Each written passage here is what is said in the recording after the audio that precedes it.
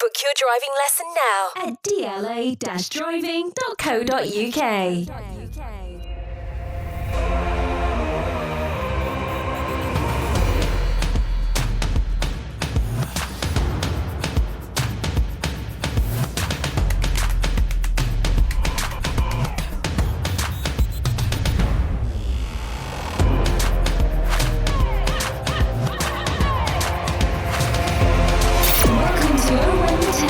Sponsored by DLA Driving School. Hello and welcome to Owen the Town, and here's what's coming up today. Only 2 more games left of the season, as the last time out Luton draw 1-1 at home to Middlesbrough, still 3 unbeaten.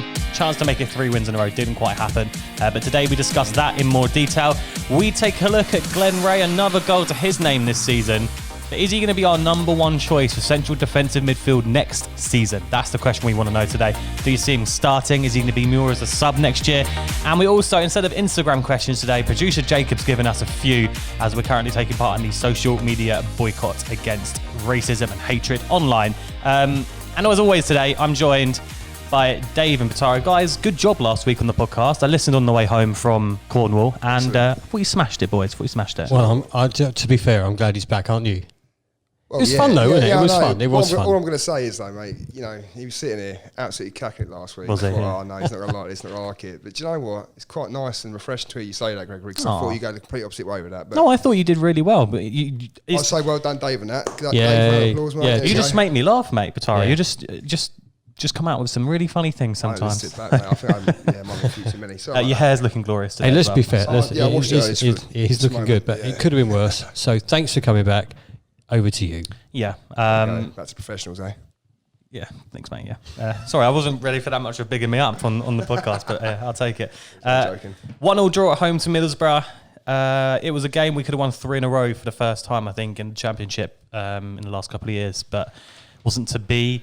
And let's start with some 3-word reviews. Dave, you put this tweet up the other day, so these are in reply to you. But Sam says, how many fouls? Julian, end of season. Margaret says, ruined by ref. Alison says, mid-table clash. Ian said, should have won. Mark, hello, Peterborough United. Andy Burgess says, ref hates Adebayo. And Den says, Colo pen miss. Oh, Pataro, you left one. Dave's dodgy computer got in there as well. Yeah. Well, let's do the last one first. The computer didn't work, but we were saved by smart television, wasn't it? Why we didn't use that earlier, I don't know. What would we do about this technology, eh? It's ridiculous. Do you know what? When you look at those 3-word reviews, you've really got to look at Margaret and Andy, because they know what they're talking about. The referee was so poor. So poor. I was working at the weekend, so didn't actually get to see the game. What was it with the referee that was... do you know, to be fair, I think Adebayo was fouled so many times, and not once did it go in his favour. Not once that I can remember. That's what I mean. He's getting dragged over the gaff, all over the place. He was just making terrible decisions, and it seemed always against us, always. I agree with both of them. It was poor. It was a poor performance by the ref. I'd like to see this one here. Alison should put mid-table clash. To be honest, I think that's a positive one as well, realistically, because that's the level we're at now. Like I kept saying to you, Dave, this is the level we're at now. We're competing with Middlesbrough. And a few years ago, more than a few years ago now, you know, I know obviously we'd like to go back on obviously Premier League teams, whatever, but they've got the money, they've got the backing. Wasn't that long ago they were in the Prem, Middlesbrough? They've got some serious players in there. And, you know, and it felt like, it did feel like one of those, because we sat there, although we were having a couple of beers, we sat there watching the game thinking, well, if we don't win it, it's not a big deal. Yeah. However, you want to win every game, don't you? Yeah, of course. And I felt we probably could have won it as well, realistically. The consequence of not winning didn't matter. Yeah, exactly. It's like one of those ones, you finish your beer, you go, oh, well, fuck it, we didn't win. It's almost we should have won. We should have won, sorry. I was going to say, it's almost as if now as well, we get to watch Luton, and it's like there's no pressure, but it's more like you can just sit back and then just enjoy watching it, can't you? And it's not like you don't lose any like attachment to it, but you just kind of lose that like raw emotion of like last year's relegation scrap. Like this year, it's a lot more chilled, and you can just turn up and you go, you know what? As long as I enjoy watching us play today, I'm not overly fussed. In other words, you have an heart attack every sort of 5-10 minutes. Yeah, the palpitations, I mean, they're all gone now, so that's good. I mean, probably not for you, Dave, because, certain things, but, I mean, it's just nice, isn't it? It's a nice feeling, yeah. It's very calming. I mean, my blood pressure's dropped dramatically over the past sort of 5-6 weeks. Sure, so yours, Dave? Yeah, listen, I don't want another season like we had. I mean, it's always good if you get the glory from those relegation battles, but when you don't have to worry about them, it's so much nicer. Thinking about next season and all of that sort of stuff. Not worrying about relegation, thinking how we're going to progress in the future. So you watch a game, you enjoy a game more, knowing that the consequence of losing is not absolutely drastic. And the perfect example is obviously we've got Rotherham on Tuesday night, and they're scrapping for their lives, and they need the points, they need the win. So I'm quite excited to watch this because this is a game they need to pick up. They're going to go for it, aren't they? They're going to have to go for it. Well, yeah. I've watched them a few times. I mean, I think the last 2 games have been on Sky as well. And I'll tell you what, I've always backed Rotherham to be like a half decent side. But what I will say is it's going to be 2 teams who press high up the pitch. Like you say, they're scrapping for it, they're going to go for it. But obviously a bit more incentive for them. I think we're going to see an end-to-end game. Because I think we've got nothing to lose, clearly. But, let's go for it. Let's go and get a couple of goals. I think because we've got nothing to lose, we're just going to throw. That's what makes it. Yeah, just go for it. It doesn't matter who he puts out. They're all going to want to prove that they're good enough to play for us next season, hopefully, and we get a good result. I really want to beat Rotherham. Don't care what anyone else says. I want to beat them. I want to finish as high up the table as we can. Yeah, of course. I mean, obviously, we both like to see Derby and Sheffield Wednesday get relegated. That'd be lovely. And if that happens, they if we beat Rotherham, they can still stay up. So sod them for that week for Tuesday. And then good luck on the Saturday. Yeah, and good luck on the Saturday. That's what I feel. And hopefully they pull it off at Cardiff. Yep, 100%. Can't agree with any more on that. Well, it's definitely a game I'm looking forward to watching. Like you said, Batora, I think it could be like a really end-to-end game. They're going to come. They're going to look at. Just the way I said that, it was a bit dodgy then, mate. Sorry. So I was going to say, I might rearrange the way I just said that. They're going to turn up at Kenilworth Road and they're going to go for it. They're going to right blast. Have you been drinking, Luke? Funnily enough, yes, pub garden today. But either way, let's look at the Middlesbrough game. 3 changes from Bristol City. Colo, Cornick and Ray came in for Tunney, Lualua and Clark. Clark probably getting a much-needed rest. He's been unreal recently, hasn't he? But and after Cornick, obviously, I missed the Bristol City podcast, and we're all buzzing for him getting his goal. It's nice to give Cornick and Colo that chance again to come into the first team, wasn't it? Oh, mate, 100%. I always say, for me, Cornick is one of the first names on the team sheet for me. I know, obviously, people don't always agree with it, but for me, he is. Obviously, like, look at his endless work rate. Everything about him, all right, he doesn't always produce after a time, but, he gives us that something else. And he really does. And whatever people say about him, and I keep saying it, repeating myself, I'm stuck on loop sometimes, but keep the boy going, mate, because he's only going to get better. I know people say he hasn't scored as many goals this season. Don't matter. But like you say, Colo as well, gets another chance. Does it mean now maybe he's staying, he's going to sign a new contract? So it's all starting to fear, wouldn't we, and fret that, he's not starting. I read a lot of comments. Honestly, I didn't watch the game of the weekend, so I've only seen like highlights and stuff, but I'm reading people say that Colo's playing in a weird position at the weekend, like a number 10 role. Yeah. Last 2 games I think he's played, hasn't he? Yeah, when we saw his name on the team sheet, we both said, we both actually said, oh, good, he's going to play alongside Eddie Bayo and they're going to feed off each other, and it didn't quite work that way, did it? No, but do you know what? And we said number 10. Yeah, but I think it works for him because I think, sometimes at number 10 role, I think you can, he can close, obviously, he's a workhorse. I think he gets like a free roll in and around Eddie Bayo. Eddie Bayo he can run the channels as well, but you want him to be the focal point up top. But no, I mean, you're playing Collins there, mate. He can do pressing from the front. He can drop back into midfield as well. Because you've seen him half the times on Saturday. He was dropping back and looking like a holding midfielder a couple of times. I don't mind that. I was going to say, do you like him in that position though? Yeah, of course. I don't mind it. But I know people say they want to see him higher up the pitch and whatever else. But look, he's doing the job and he's working hard.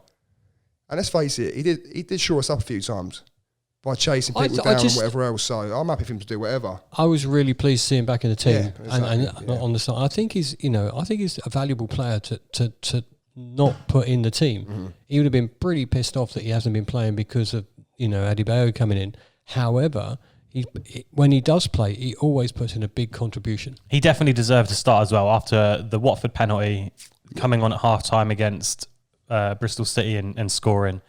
He deserved that start, didn't he? Oh, 100%. He always, mate, to be honest, I don't think we can sit here really sometimes say that Colo doesn't deserve to start. I think we all know that he deserves to start just from what he brings. I said to you, Dave, the other day, like I'll say it again, nothing against James Collins, but technically he's not the best player in the world. His first touch isn't great sometimes, majority of the time.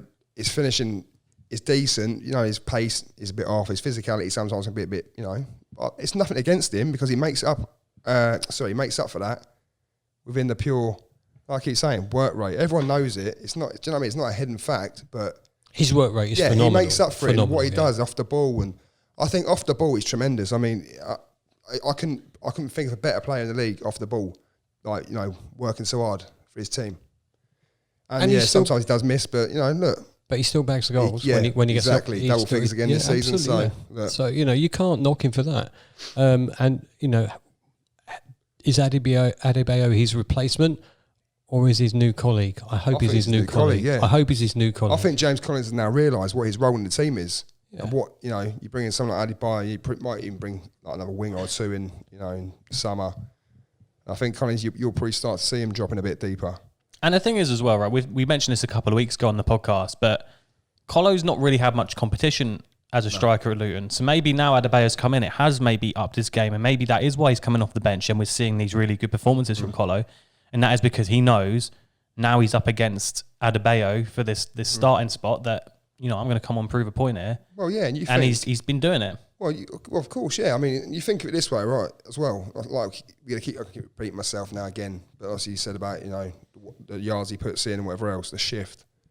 If you're getting that for 90 minutes, what you're going to get for half an hour, 35, 40 minutes? You know what I'm saying? You're going to get a lot more. He's going to give it his all. He's going to bust his bollocks to do whatever, because he knows that he's got a point to prove, and I think he's proved it. To be honest, second half of the season, dropping in and out the team, for me, he's done everything he can. I think his future depends on whether or not he's going to get full-time playing.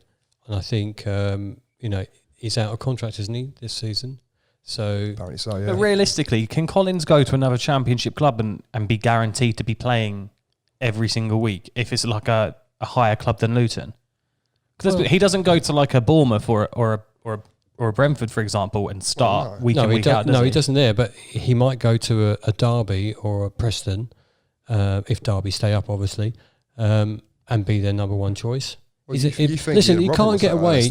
I mean, let's be fair. You cannot get away when people look at his stats. He's an international striker.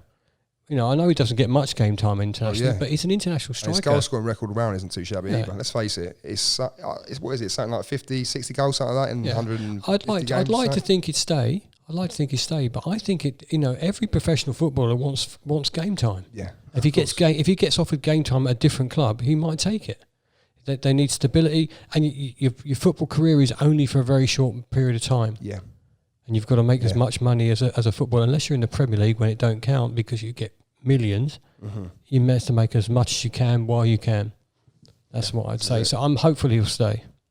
Well, let's talk about the goal that made it 1-0 to Luton. It was a corner in. Naismith headed against the bar, fell to Ray, put it in, make it 1-0. It's nice to score from a set piece, isn't it? We always get corners, and me and Steve, who sometimes does poddy with us, says we never score from corners. It never feels like we score from corners. But I think more so recently, though, this season, I think we've scored from... I was going to say, if you look back at this season, we've scored from a few set pieces this year, and it's been quite nice, isn't it? Oh, mate, we're scoring goals from everywhere, aren't we, really? Outside the box, inside the box, corners, I would say, yeah, I agree with you, but the game on Saturday, I think we deserved to go one up. I think we were good enough to be one up. We had several chances before, much better team. Played some really good football. So when the goal came in, you got a bit of luck. It came off the bar, bounced down, and Ray was in the right place, right time. You know, right in that right corner of the goal. And you thought, one up, come on, let's push this on. A minute later or 2 minutes later, you go and do that as well. But yeah, literally a minute later, and Middlesbrough make it 1-1. Cross down the left-hand side. It kind of evaded two of our players on that left-hand side. Oh, it's shocking. Got the cross in. Bradley's kind of in no man's land. It's a free header in. It's producer Jake has put here talk about the defensive errors, because it's kind of just like a basic error, isn't it, that's cost us that goal, and maybe that is the reason or the difference between us finishing where we are this season and us finishing where Barnsley are. I would say the first thing you think about as a fan or as a manager or as a player is when you concede a goal. It's an obvious thing. When you concede a goal, you're at your most vulnerable when they restart. Everyone says it all of the time. We switched off totally for the ball down the left-hand side. We had two players attacking the ball that didn't need to attack the ball. You know, and then you're right. Bradley was in no man's land, 100% in no man's land. How do you let them have a free head like a minute after we scored? The thing is, what actually happened? Did Sluga try and punch it and it hit somewhere as well? Or was that just me thinking that? Because I can't actually remember, to be honest. No. There was, I can't remember who our defenders were at the time. Didn't it like take a deflection off a defender and hit someone? One pass one pass, took out two players for the cross. Got put in from the left-hand side. Bradley was he was dragged too far away from the player he should have been marking, who then had an absolute open goal. And Sluga didn't stand a chance of saving that. It was just disappointing because you worked so hard to get 1-0 up.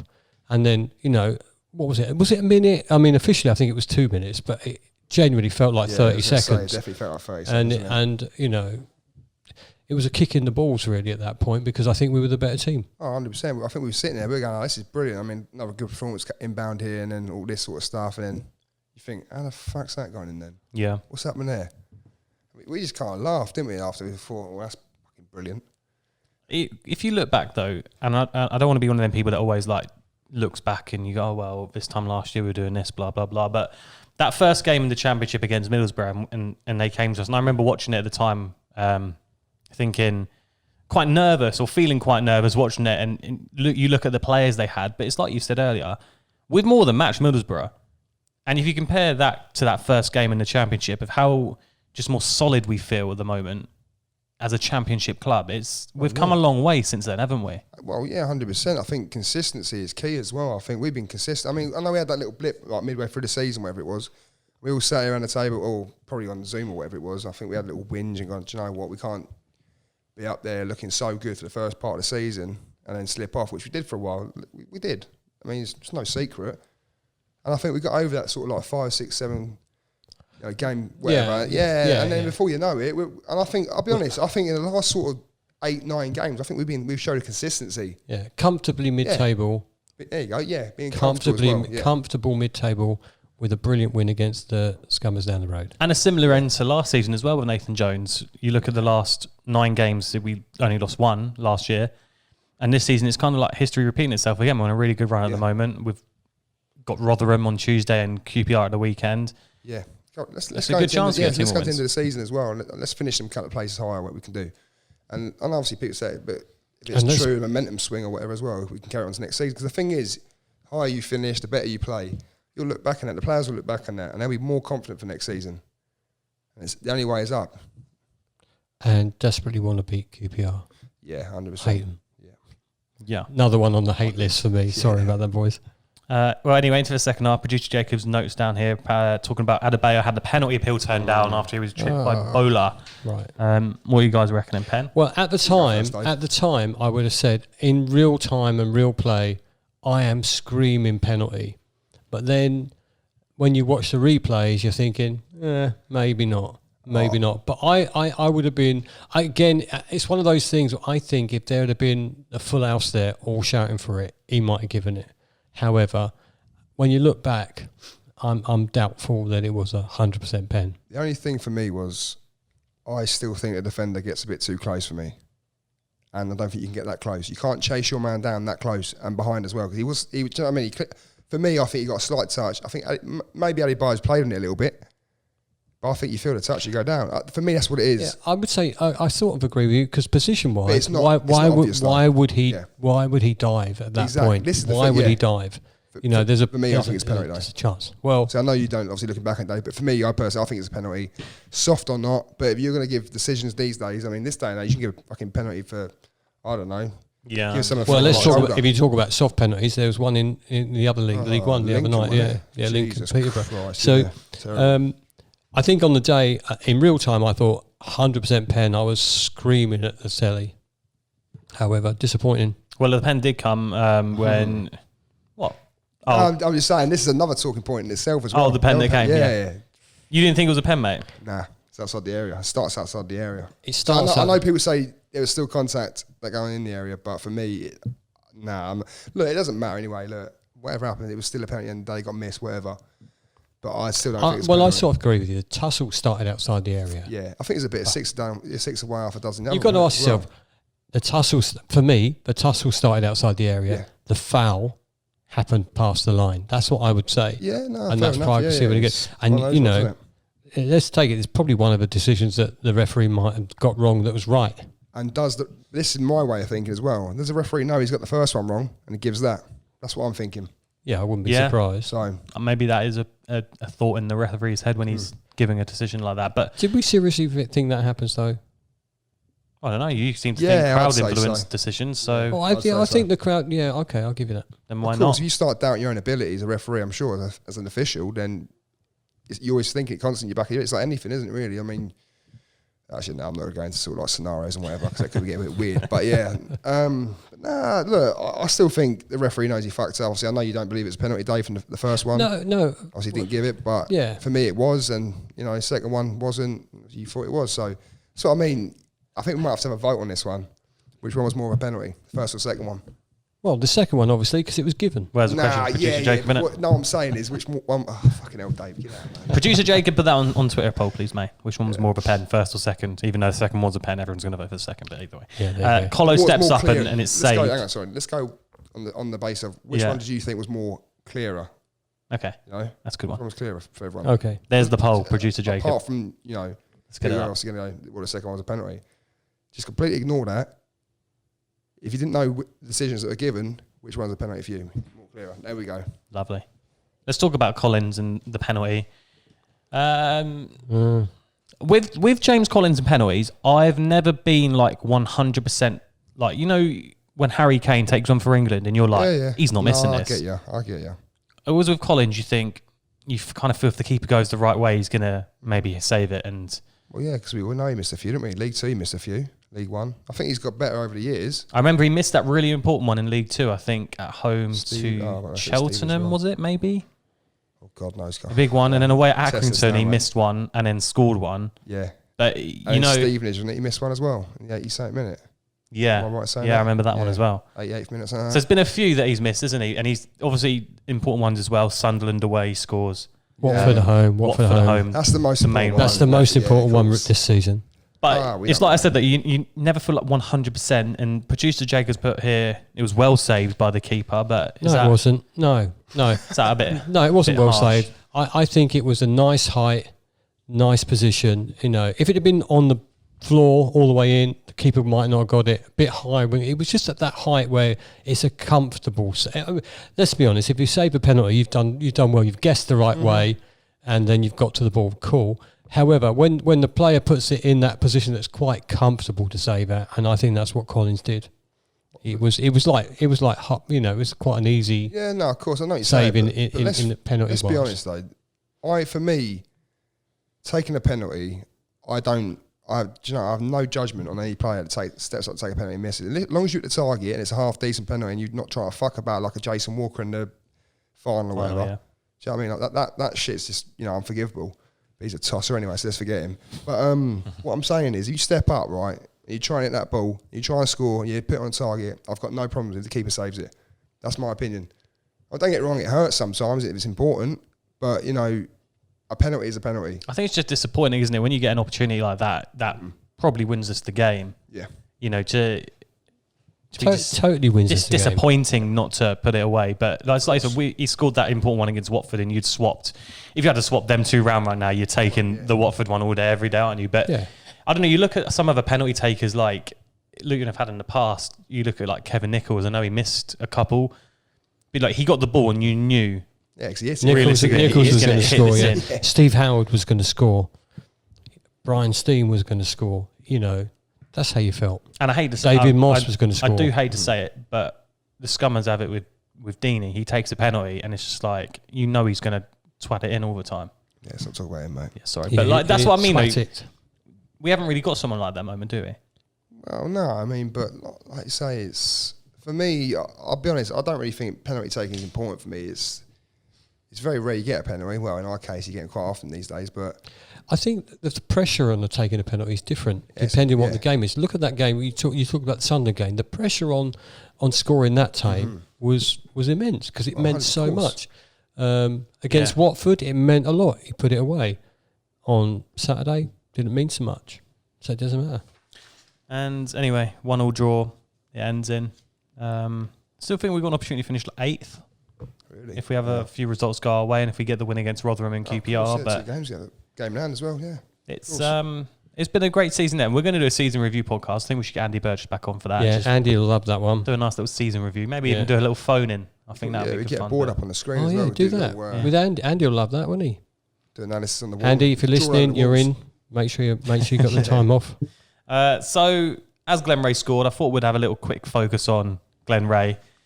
Do you see him starting next season? Do you see him being used as a sub more? Do you reckon we're going to be going into the market and signing another defensive midfielder? Well, I'd like to see him play a bit more. I like Glen Rea. I'm a massive fan. I know sometimes, he cocks up and whatever else, but I think he does more good than he does bad. And I'll tell you what, he is interception king as well. And the guy, mate, he's not shying out of a tackle either. He loves it. Well, you say about him being interception king. Producer Jagger's put on a running order today. He has the most interceptions of any midfielder in the Championship this season with an average of 3 a game. And that is from 5 yards. Hang on a minute. And how many games he played this season? Yeah, well, he's nowhere near as many of the players that he's competing with for that. So, look, proves the point, doesn't it, really? I think a couple of games ago, I think he was off the boil. Yeah, of course. Totally. Well, you get that. Yeah. When he comes on, you can't doubt his commitment to the team. So, yeah. And you'd arguably say he's a solid Championship defensive midfielder, wouldn't you? Yeah. And I say he's still getting better as well. Yeah. I mean, how old is he now? 26? 27? Something like that? For me, he's still going to get better. And Nathan Jones, when he originally signed him on loan from Brighton, spoke really highly of him and said what a wonderful player he is and a wonderful person he is, and just to have around the place. And that all helps, I guess, as well, to have a good changing room and dressing room, and is that having players like Glen Rea is what you need. Well, I mean, we've seen it at away games sometimes. I mean, when he was injured last season before, whenever it was, he was out for about a year or whatever, wasn't he? Near enough a year. Mm-hmm. He's out for a while. Yeah, I mean, we go into the pub or whatever, he'd be drinking with the Luton fans. He'd be in there singing, whatever else, dancing, having a pint, buying people pints, and that's good for, do you know what I mean? The club spirit as well. And I think, like you say about having him in the dressing room, the character he is, it's a bit like Pelly. We go back to Pelly about his, his personality and whatever. Glen Rea, mate, he loves it. He absolutely loves it, and I would not let him go. No way. I let him go. No way. Keep him. But whether he's going to be a full-time or a bit-part player next season, it depends on recruitment. Certain games it depends on recruitment, well. Doesn't it? Yeah. If you get a different recruitment team in and they bring someone else in, then they're fighting for places. So that can only be good for the side. And if you look at competition for his place, realistically, you're looking at like Pelly can maybe play in that defensive role. I wouldn't play in there, no way. And then you've got Morel, who's It doesn't play. not been seen. Is Morel even real? Why isn't Morel playing? Why isn't Morel getting a chance?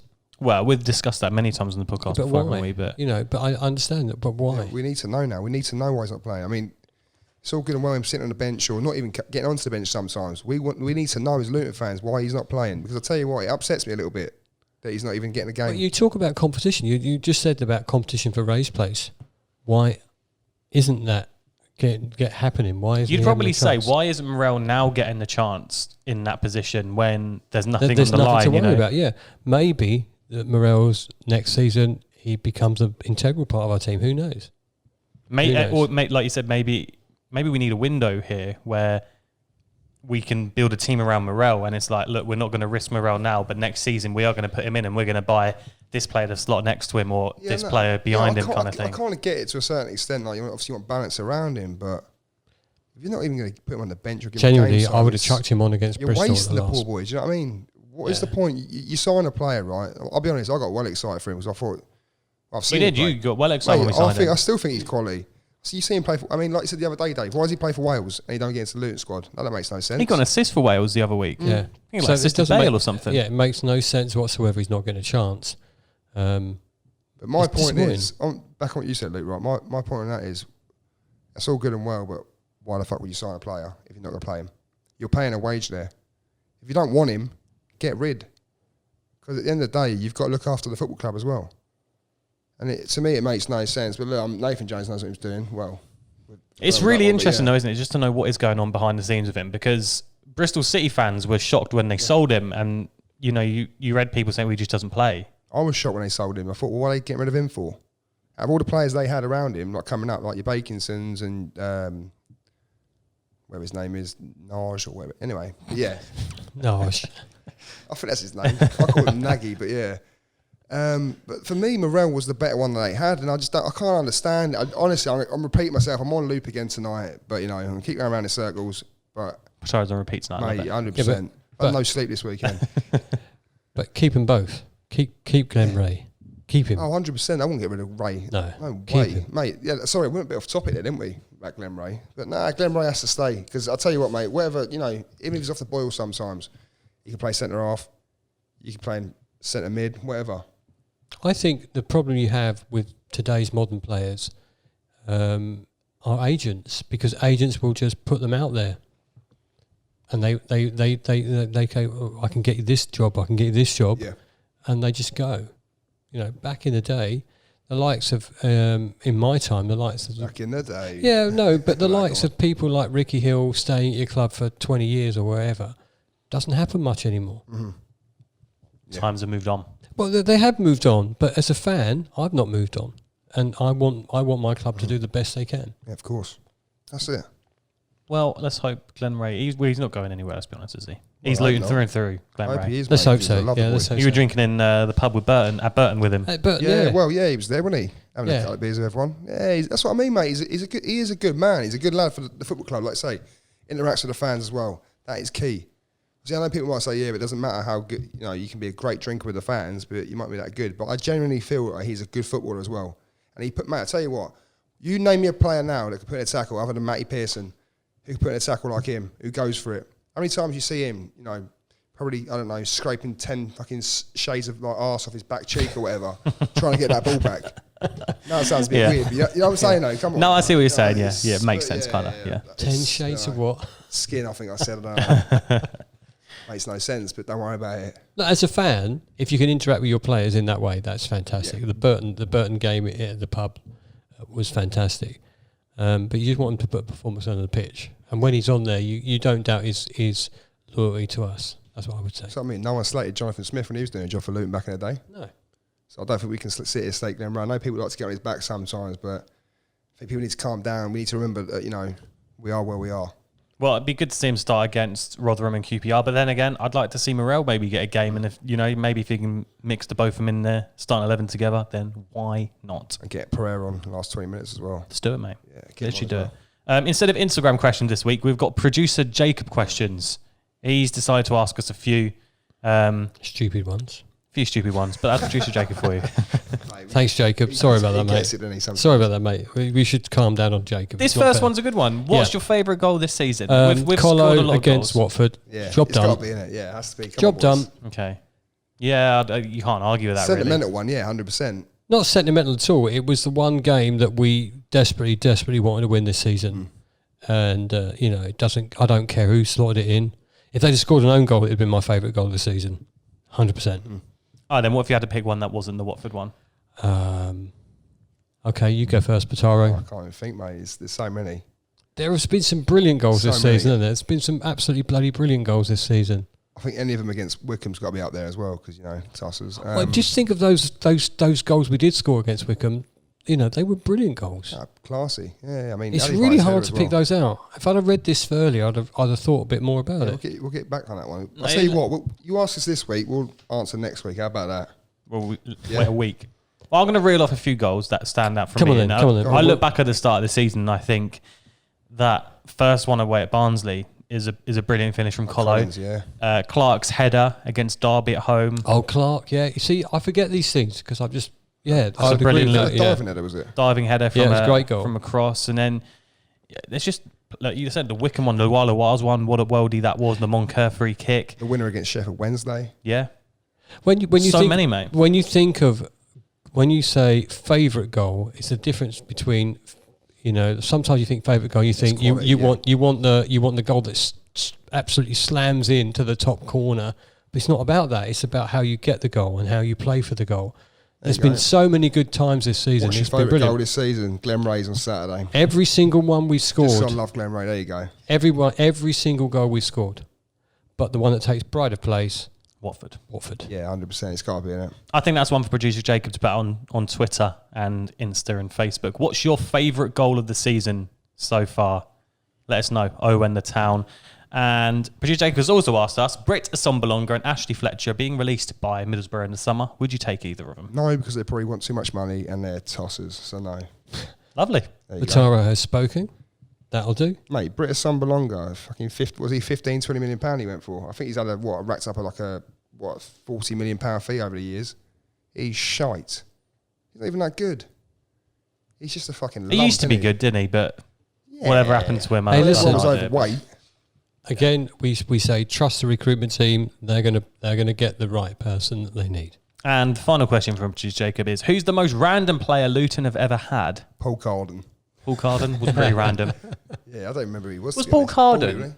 He was like assistant, wasn't he, at the stage to like Brabin, and he like subbed himself on away at Ebbsfleet when we were drawing 2-2, and I've never heard crowd boo a sub on like that before in my life. I mean, like some I don't know, fat ball geezer in centre midfield just holding. Literally, It was terrible, wasn't it was like number 41.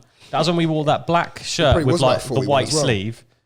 And I remember I think he bought himself on for Amari Morgan-Smith, and everyone was fuming. He's probably saying, "Yeah, Brabs, mate, bring us on like in a payday." Yeah. Well, can I just also say that someone called me toothless on the podcast recently, and so I'm going to go for him. Love it. Oh, mate. I've had some random. Shots fired. This one's not really random, but you kind of forget about him. But like Kovacs in the conference days. Janos Kovacs, like one of the most passionate players I think I've seen play for Luton. But you just kind of forget he played for the club. It's like random, but he was he was all right. That sort of time. Do you remember, I used to like Zednek Crotcher. Yeah. Class, mate. And Pilkins said, let's go back on that. This is me being old, but I can't remember any of them. No. Kovacs, I remember. What about when we were in our final season in the Football League, that final year, we had, was it Jaroslav Fojic on loan? Yeah. And he was like... Polish centre-half. He was like incredible. I think he scored like 4 or 5 goals that year. I can't remember half players we've had. We had so many, didn't we, really, let's face it. Some shite ones as well. Many. Danny Crow as well. My God, I think we could fill a whole podcast with players like that. I couldn't. I won't be on that one. We should do a buzz around next week. We should just try and get the most random Luton player on our podcast. Go for it. Go for it. Just like let's get Paul Carden on. Sorry, I just said shit players that we can get in a minute. That was really bad of me. Sorry, that was terrible. I didn't actually mean that. What I meant to say was, just forget it. Yeah, you just got anybody we can get on that wants to have a chat with us. That's any great. random Luton player. We'll start with Andy Burgess then. Yeah, Andy Burgess. Yeah. Well, he's guaranteed on, isn't he? Unless I've upset him now. He's probably sitting there right now with his glass of red, going, "Do you know what, writing his insult for Dave next week." Yeah. Writing it out, got it all sorted in the bank. So it's only because Dave got absolutely done on Twitter the other day. That's what it was, mate. Yeah, shut up. Good fun. Bitter. Shut up. Well, we got Rotherham on Tuesday night, QPR away at the weekend, 12:30 kickoff. Our final week of the season. It's been a good year, lads, isn't it? It's been good fun. Loved it. I've loved the season, and it's nice to finish without worrying about relegation. What's going to happen. But do you know what? Please, Luton, do me a favour, win the last 2, and especially the last one, because I hate going to Loftus Road and not winning, and I've been so many times. I can't even. It's not called Loftus Road anymore, is it? It's good you haven't got to go this weekend, isn't it? Well, I'd love to have gone. It'd have been nice if, imagine QPR away, completely safe, battling out for them for like 7th place, 3,000 behind that goal. Drinking in the sun. Drunk as loads. Yeah, drunk loads. And before we go, Dave, you're wearing a nice little shirt today. What's this all about? I am, yeah. It's thanks to the Loyal Luton Supporters Club who sent me a T-shirt. If you can't see it, you go and look them up. If you Dave, give a little flash to the camera. It's here. If you're listening, go check us out on YouTube. But if you can see us on you listen on YouTube, you watch on YouTube. Yeah. They do a lot for the club. They do a lot for the community. So if you're not a member, go join them. Thanks very much for sending the shirt, though, Kev. Good stuff. You did say, obviously, you said. Where's yours? Oh yeah, mine's the post. Are you a member of the Luton? No, I'm not. No, well, join. I'm a member. Yeah. They support They support youth development. They do charity donations locally. They look after our club. They really, really passionate about Luton Town. Get involved. You're passionate about Luton Town, Batara, maybe. Yeah, but do you know what? Mate, Life membership is not that expensive. Go join them. #ad. Anyway. I probably do Life for Luton, in all fairness, so yeah. It's going to be last 2 very good games. I'm looking forward. Like you said, Rotherham, going to be end-to-end. QPR, always a good one. 12:30 at Saturday. And then next week, I guess we'll do a little season review. It'll be good fun, and then we'll see what's going on over the summer. Yeah, we'll find something. We could probably do like a Euro podcast as well. You want Euro podcast? Yeah. Maybe do whiskey tasting part 2. What, whilst watching England? Yeah. Whilst doing your tattoo? Oh, yeah. Yeah, in all fairness, though, as soon as all this, stuff's over, hey, do you know what? They're going to lift. They are lifting the restrictions come June 21. We'll get it done. Then we're going to get it done. Remember, I need to get Spain, boys. It's happening, though. Look, yeah, GoFundMe page happens. I know people have been saying obviously about it, but it's happening still. Look, it's nothing. I'm not getting out of it. I know that. But look, it's been a bit of a tough year. things happening, and I need to get vaccinated still. So, and I'm shit scared of needles. She'll let you all know. So I'm waiting for that tablet to come out, and when it can, Well, I'm on it, mate. Thank you so much for listening. Get us on YouTube if you want to go watch the podcast. Owen in the Town. If you fancy just listening, then get us on the app you listen to your podcasts on. And social media, Owen in the Town. We're back posting from tomorrow morning. Thanks so much for watching and listening. Rate us 5 stars on iTunes, and we shall see you next week.